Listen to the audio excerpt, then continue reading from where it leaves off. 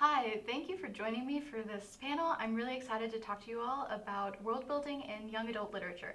My name is Madison Sheldrake, and let's get started. So we first need to talk about what world building is. And world building is basically referring to anything an author puts in their story to create the fictional world. I like to think of it like a blueprint. It can be anything from religion, technology, language, magic system, if it's fantasy, anything that a writer needs to establish throughout the story to make it real and authentic. And there are two types of world building that writers talk about.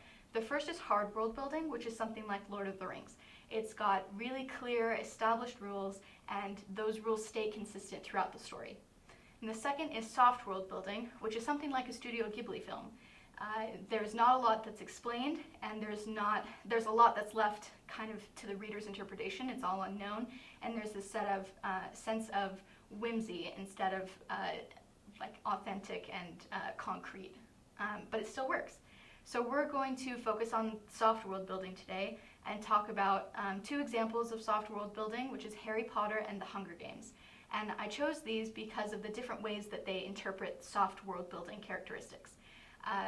I wanted to know how readers are influenced by a complexly detailed world, which is something like Harry Potter, where there's just a lot of detail, versus the Hunger Games, where a lot more is left to readers' interpretations. Even though they're both soft, there are very distinct differences in how these worlds are created. So Harry Potter is a very complex world. Harry in the first book is of course told he's a wizard, and he learns what that means, especially going to school at Hogwarts, receiving his house, learning about Quidditch. But J.K. Rowling is also very specific in how she establishes the world as a whole. Over the course of the story, he learns about other schools and creatures and these families that have very detailed and established backgrounds that aren't necessarily important for Harry's story himself, but they help establish the world as a whole. Compare that to something like the Hunger Games, where you know the general outline of the world with the 12 districts in the capital, and you know a little bit about Katniss's home, and then of course about the games.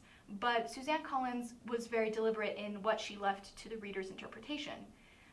Even as the story progresses and we learn more about District 13 and the rebellion, how that's all going to play out, there's still a lot that's left open, and the stories focus on the present more than the past.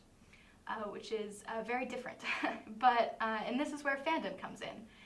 Fandoms are basically just groups of people that like to come together and talk about these worlds, and they do so either in person through things like Comic-Con, or they do so online through social media and other kind of fandom sites. So in complexly detailed worlds, the fandom is basically influenced by the world as a whole, right? We're given houses, and we get sorted into our wands and patronuses, and so it's more about the world as a whole than it is often Harry's story in particular. And these details even recently have come to light even more so with things like Wizards Unite, where you can see elements of the wizarding world in like your own backyard by just using your phone camera, right? You can also visit Platform 9 3/4 in London at the King's Cross station. You can go to Universal Studios and walk down Diagon Alley. So it's more about creating the world as it is in the books. And when you contrast that to worlds like the Hunger Games, it's more about specific story elements that readers interact with and less about the entire world as a whole.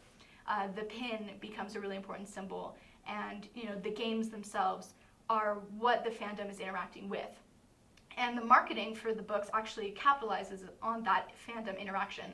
When they did the marketing for Catching Fire, they asked fans to write their own versions of the Hunger Games and say how they would survive it. And that kind of interaction carried through to fan fiction, not tied to the publishers at all. There are these things called submit your own tributes, and so fans get together and they basically devise their own, the Hunger Games basically, and creating that themselves is a really important aspect of how they interact with the fandom.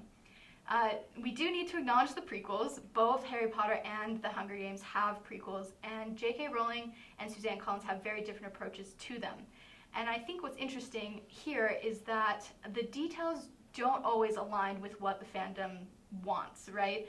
And I think that's really interesting that when authors go back and kind of rewrite what fans have filled in their head, sometimes there's a little bit of tension, and that leads to some interesting controversies there sometimes.